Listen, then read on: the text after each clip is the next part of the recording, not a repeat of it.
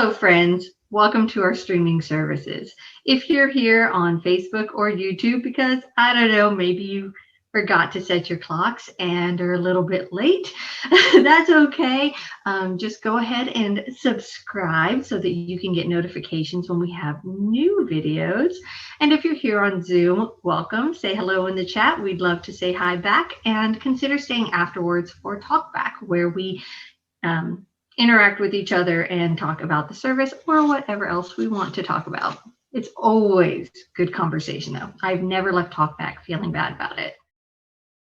All right, today's sermon is Zoom Out, How the Big Picture Leads Us to Service with Paul Fucile. God love Paul's services. So exciting. Music. Do you like music? Do you want more music? I know you do. Better music? All right, then fill out our music survey and tell us what you'd like to hear. We are recording new stuff and we want to know what you want in our services. Apparently, a lot of people like sort of the same things because, as Renee said the other night, we know what the good stuff is, right? So go on and tell us what you think the good stuff is. Or if you've got some fancy musical talent and would like to contribute either vocally or with an instrument, let us know that too. We're doing that as well. Stepdad's part of it. So fun. Everybody loves it when Steve plays, right? Right. All right, Workday Wednesdays. Show up anytime between 10 and 2 to help out, get our church ready for reopening, for spring, for all the good stuff. I went this Wednesday finally because it was spring break with the kids, and it was a lot of fun. We really did have a good time. There were a lot of people working there. I am genuinely stunned at how great the church looks. Y'all, seriously, I hope Scott puts a picture of this up. Y'all should see the fire pit. It used to be sort of just like a little pit. Right now it's like, it's nice. It is really nice. Somebody put a lot of work into that, and I'm so appreciative. Anyway, so if you would like to help, just show up between 10 and 2 on Wednesdays, or contact Rebecca first if you know you're going to be there, and let her know, because then she can, sort everybody into the proper categories and get it very efficiently done. All right. Thank you, Rebecca, by the way. Seriously, place looks amazing. Okay, 60th anniversary is coming up. So if you would like to join conversations about what we're doing, because there are actually plans in place now. So you're not starting from scratch. If you want to jump on in now, meetings are Thursdays at 1 p.m. I am trying to dip my feet into that. So I will see you there. We will be celebrating that May 23rd, which is also the date of the parish meeting. So put that in your calendars, May 23rd, parish meeting, 10 to 2, 60th anniversary. So much fun. And if you want to get in the mood and get excited about our 60th anniversary, head on over to oakcliffeu.org/history. Elaine Wildman actually put a lot of our history up 10 years ago for our 50th anniversary. And there's some really, really good stuff on there. So go on, get excited, right? And for more about the reopening that I just mentioned, check out this week's e-blast this past week. I don't know if it'll be in this next one, but definitely in this last e-blast, and check it out online on our website and also on TalkBack. Summer camp planning. I told you I'd be back with this. The meeting is this Thursday, March 18th. So camp is the third week of June. There's a lot of fun stuff going into it, and I know that they would love to have your help, whether you want to help plan it or facilitate it, help the kids out. It'll be social justice themed, so it should be a lot of fun. My kids have gone to the camp before, and we'll be going this year, depending on the age group. We'll see how many of them attend, but it'll be fun. All right. Here's some fun stuff to join us just for funsies. Connections and conversations are still Tuesdays at 9 a.m., Fridays at 9 p.m. I wrote that down wrong. Adult RE is at 1 p.m. after this service. And the Social Justice Book Club is still meeting. They're about halfway through everything. But if you're just now finding out about this, go ahead. I'm sure Sarah would love to have you. All right, if you would like to help donate to your church, there are several ways to support us. Amazon Smile if you're using Amazon. I Give if you're using anything else online. We have our text to give option, which many of you are utilizing. And did you know, I did not know this, did you know that you can earmark your donation on the text to give for a specific project at the church? So much fun. It'll go straight to what you want. Go to, and this is the next way to donate, oakcliffuu.org/donate. You can either donate there or find out about the specific projects that you can donate to through the text to give option. We also have our Facebook donate button. Good stuff. If you are new here today, welcome, welcome, welcome. We are so happy to have you. Go ahead and sign our guest book if you don't mind, oakcliffuu.org/guest. And if you missed any of these announcements, or I spoke too quickly for you, or you need those links or anything of the sort, then no problem. You can rewatch all of this on Facebook or YouTube along with the rest of the service. And you can get all our goings on and excitement, because it looks like we are starting to get into that season through the e-blast and our website. If you are not on the e-blast, please go get on the e-blast. It really is great. It's all your information. You get everything and just right there once a week. So that's it. There are no member anniversaries this week, but I hope that you have a wonderful, wonderful week. It is springtime. I mean, unofficially, but in Texas, I've got blooms on my tree, so I consider it springtime. And I hope that you have a wonderful, wonderful week. Happy Sunday. Good morning, and welcome to the Unitarian Universalist Church of Oak Cliff. Thank you for having the curiosity and courage to join us.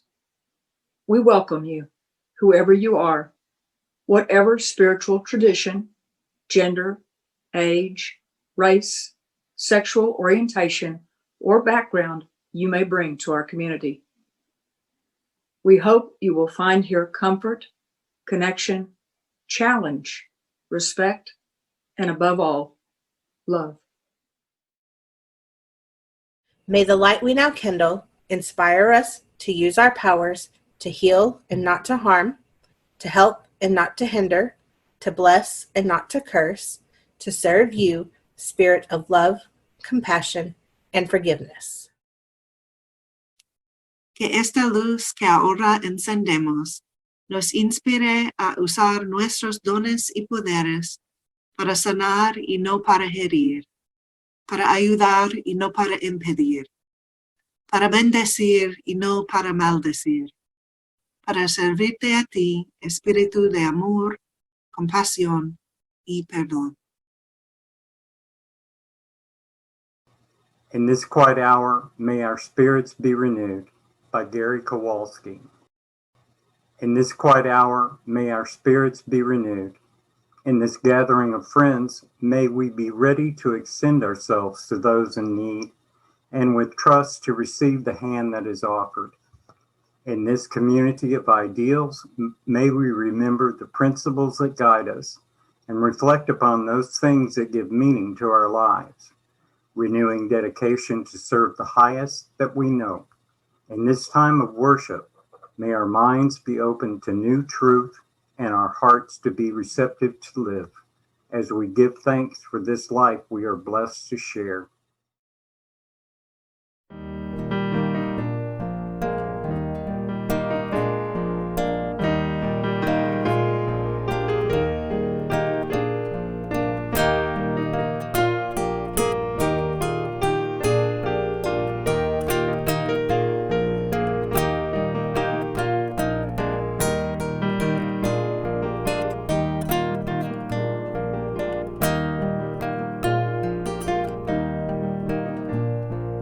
Come, come, whoever you are, wanderer, worshiper, lover of leaving, ours is no caravan of despair.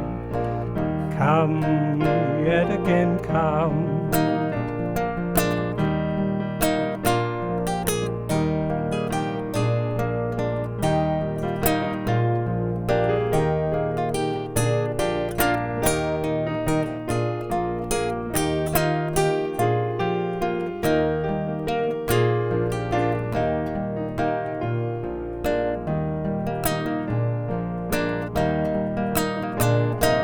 Come, come, whoever you are, wanderer, worshiper, lover of leaving, Ours is no caravan despair. Come, come again, love. Come yet again, come.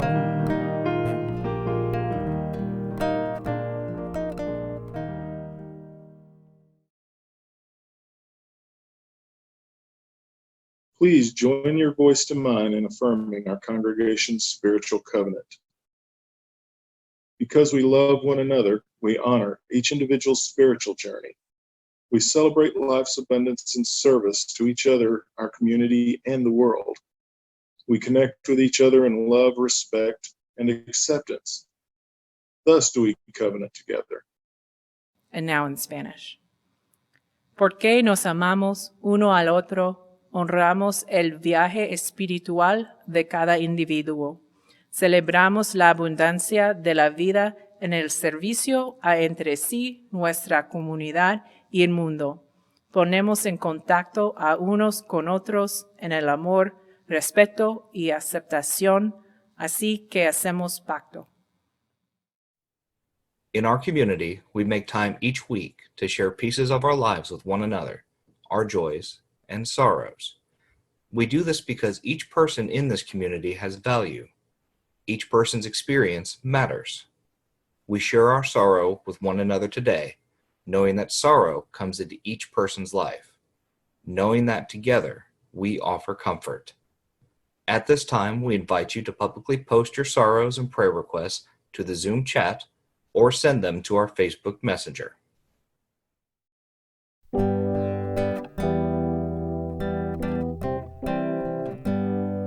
When I breathe in peace. When I breathe out love. When I breathe in peace. When I breathe out love. When I breathe in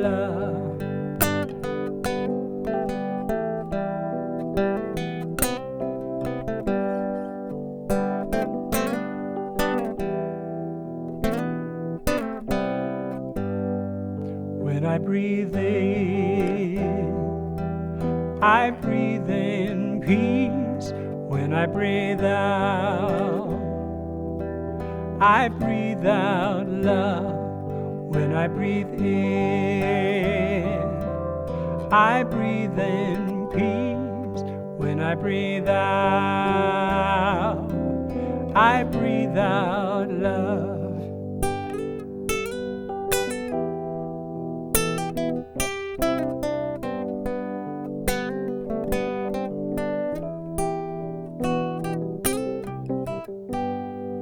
When I breathe in peace. When I breathe out love. When I breathe in peace. When I breathe out love.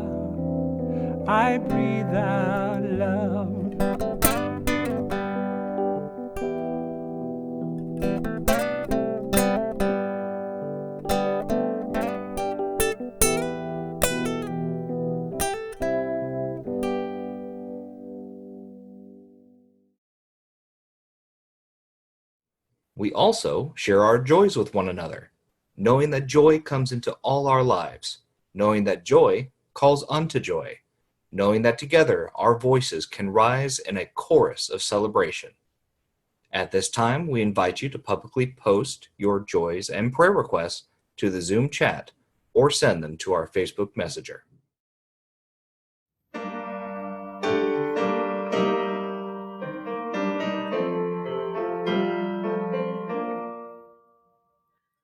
Spirit of life, come unto me. Sing in my heart of the stirrings of compassion. Blow in the wind, rise in the sea.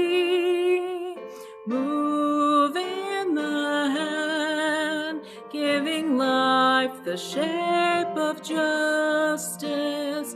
Roots hold me close, wings set me free. Spirit of life, come to me, come to me.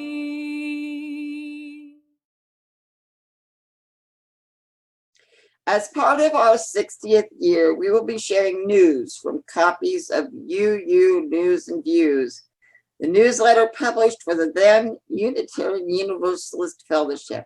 We'll begin with some notes from our early years to set the scene. The group, which sprang from First Church, had been meeting at a little house on Zhang Street until they purchased land on Keast Boulevard and designed and built what is now Hope. From September 20th, 1965, it was reported that attendance last Sunday was adults 48, teachers 12, and 64 children. Imagine 64 children scampering on our grounds.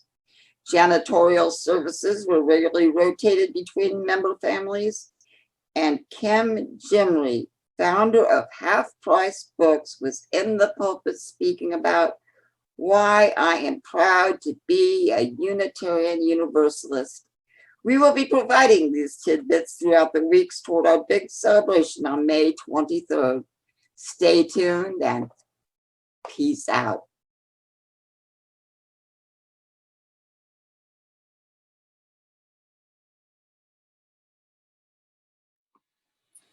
Good morning, everyone. Thank you for having me again. Life's most persistent and urgent question is, what are we doing for others? By Martin Luther King Jr. This question by the great MLK appears to define service, but rather simply, doing for others. Yet, if you've read or listened to or even watched MLK's I Have a Dream speech, you can easily deduce that oversimplicity really wasn't his style, nor did it remotely encapsulate the aspiration of his words. If you look up the definition of service, it's defined as the act of helpful activity. Now that isn't false, I don't disagree with that. An act of helpful activity shouldn't be diminished either. The kindness on the smallest level is always a great thing. Yet the service in the present context right now that we're looking to understand is referring to something deeper, fuller, richer, and more robust. Example, maybe I led someone with fewer items in the line ahead of me. That's a helpful activity, right? But I really didn't want to. But the two people behind me let them move up. And then when I was reluctant, they looked at me with disdain, so I let the guy go ahead. That's a helpful activity, but the question is about the intent. So when we're looking at service with a capital S, intent matters. What else matters when we're talking about service with the capital S? There's motivation, but motivation's akin to intent, right? A little bit. What about how much service? Does there need to be a certain amount of the task done? Simon Sinek in Leaders Eat Last says, not necessarily, unless you are a leader. Leaders should do more and of a higher quality than everybody else. When they do the opposite, less quality, less quantity, they foster resentment among those they lead. But we're not just talking about leaders here. I want to be real clear about that. So one of the things that definitely matters is quality. What is the quality of the service? Both Simon Sinek and Malcolm Gladwell agree that yes, quality is very important. I like Senec's example of time versus money. Time is seen as more valuable because it's irredeemable. You can't replace it. Whereas money, on the other hand, for some, not for all, can be replaced or replenished. Thus, we have two things here. We have both intent and quality indicate a more robust form of service with the capital S. We could explore a multitude of other components of service, but many of them, if not most of them, are derivatives of the two, quality and intent. To that point, the last component that I'd like us to consider about service, it's implicit in intent, but I want to be explicit about it here, and that is, who does the service serve? I know that sentence is a little bit awkward, but it'll make sense as we go. So to recap, a robust form of service is defined by what's the intent, what's the quality, and who does it serve? I have an example of this that I think will make it pretty explicit. Maybe a bit contentious for some, and for that I will own my bias. But let's look at our current president and his predecessor, the 46th and the 45th. Now again, I'm owning my own bias for the current president, but I'll do my best to be fair. Our current president has been elected to office 10 times, from 1973 to 2008 as a U.S. Senator from Delaware, 2008 to 2012 as the Vice President, and 2020 to the current as President. That's roughly 48 years of public service. His predecessor had been elected once, from 2016 to 2020. Upon taking office, the current president began restoring rights for many of the segments of the American population. His predecessor had previously stripped those rights. The president has been party to bills like the Federal Assault Weapons Ban and the Violence Against Women's Act.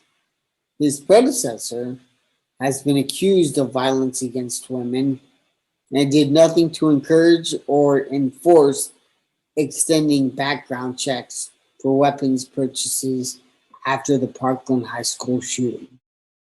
As of today, 3/11, that bill passed the House with bipartisan support. The 46th also passed legislation that cut corporate tax permanently to 21%. Now, the current president did also vote for the Defense of Marriage Act, banning gay marriage, and opposed busing for school integration. His predecessor increased the federal budget deficit by 50%, and he left office with 3 million fewer American jobs than when he took office. Now, those are all great facts. But what about their character? More acutely, what about their service? Despite previously held positions, the president supports gay marriage. We can see that in his appointing a married gay man as Secretary of Transportation. As well, he lifted the ban on trans folk serving in the military, despite voting against LGBTQ people in the military in the Don't Ask, Don't Tell. Are these shifts just good Democrat policies to get him elected and thus selfish in intent? Or does he believe in the inherent worth and dignity of all? A selfless intent? Or does he believe in the supporting the needs and the desires of his constituency? Perhaps less, but still a selfless intent. I'm going to let you answer that for yourself. Now, his predecessor put out tweets daily to communicate to his constituency directly. What was the quality of that practice? Did he set out to inspire and to listen to the voice of the people, a high quality form of service, or to spread propaganda and misinformation, a poor quality and a selfish intent? Again, I'll let you answer that one. Neither of these examples, the president's shift in LGBTQIA rights or his predecessor's tweets, who do they ultimately serve? Themselves or the people they serve? I suspect your answers are almost squarely divided, where one has been a faithful public servant for nearly 50 years, and the other a bully that served for status and fame, much like the rest of his career as well. Yet, I've highlighted leaders here, but service isn't just for leaders. This is a really important point because I could seriously write a book about this. Why? Because there are not a lot. And I've done a significant amount of research looking for books on it. Most of the books that come out about service with a capital S are about leadership, in particular servant leadership. However, most of the people I know that serve don't necessarily have a title, nor do they need one. They get in there, they get the work done, they do it to the best of their ability, and that's its own reward. Or is it? I'm going to get a little close to home here. Every time I attend a church work day, I'm quite awestruck. And I mean like really awestruck. Now let me give you a little context. I work with a crew of 12 to 15 guys. Now you might be saying that's the problem right there, but hear me out. I work with a crew of 12 to 15 guys. And there was a time that every day was a male ego contest, put it politely. It has taken months, if not years, for us to be a cohesive team with a capital T,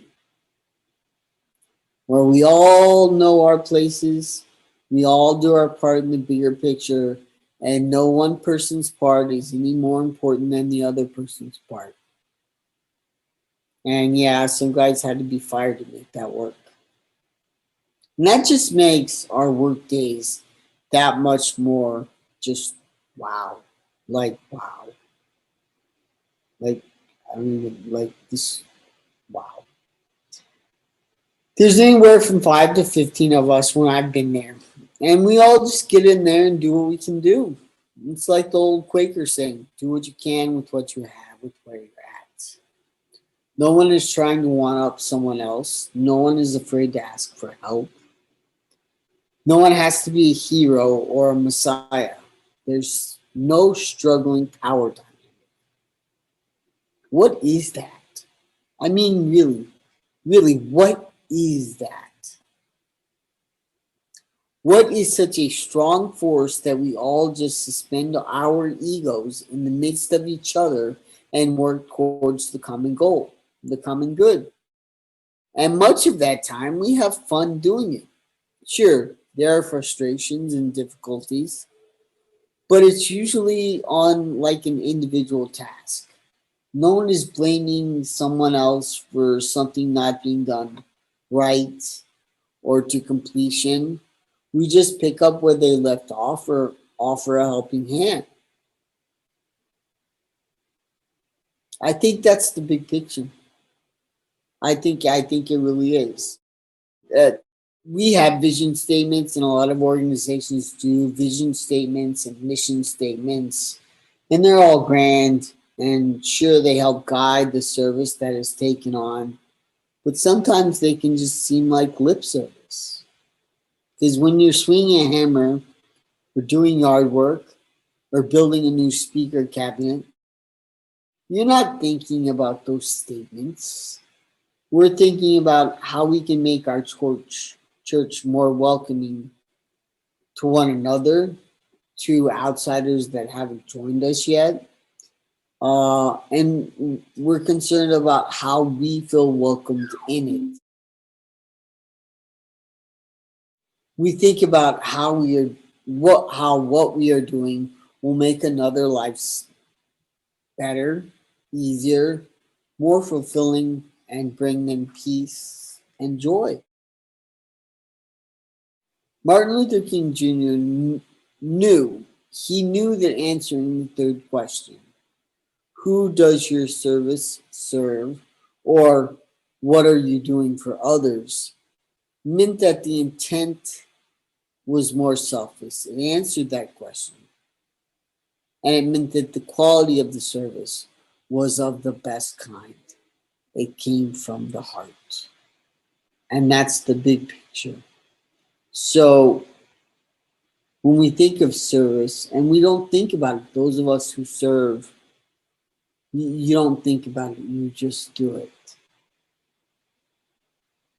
But if you're thinking you're on the outside and you want to come in, just pick up a hammer, a weed eater, some scissors, anything that is good for you, and do it. And that service will be more than enough. And you will be, and we are, part of the big picture.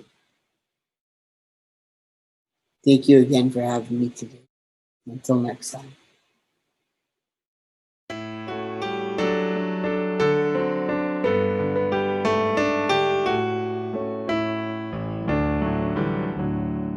One more step, we will take one more step, till there is peace for us, and everyone will take one more step. One more word, we will say one more word, till every word is heard by everyone. We'll say one more word, one more prayer. We will say one more prayer, till every prayer is shared by everyone. We'll say one more prayer, one more song. We will sing one more song, till every song is sung by everyone. We'll sing one more song.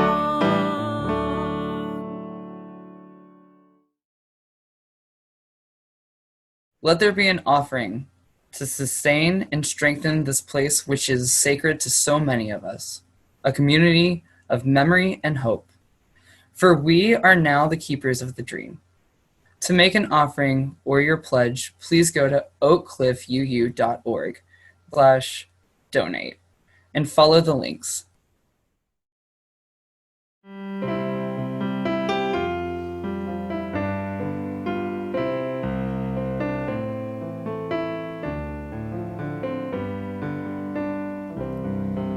From you I receive, to you I give. Together we share, and from this we live. De ti yo recibo, a ti te doy. Así compartimos y vivimos hoy. From you I receive, to you I give. Together we share, and from this we live. De ti yo recibo, a ti te doy. Así compartimos y vivimos hoy.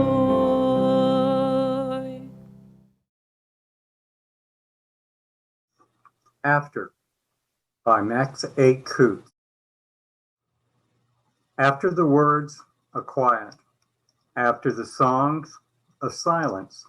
After the crowd, only a memory recalls the gathering. Peace and justice have need of us after the words, the music, and the gathering. God grant us the depth for dedication to justice. God grant us the will to be an apostle of peace. We extinguish this flame, but not the light of truth, the warmth of community, or the fire of commitment. These we carry in our hearts until we are together again. And now in Spanish. Extinguimos esta llama, pero no la luz de la verdad, el calor de comunidad o el fuego de nuestro compromiso. Estos los llevaremos en el corazón hasta que estemos juntos otra vez.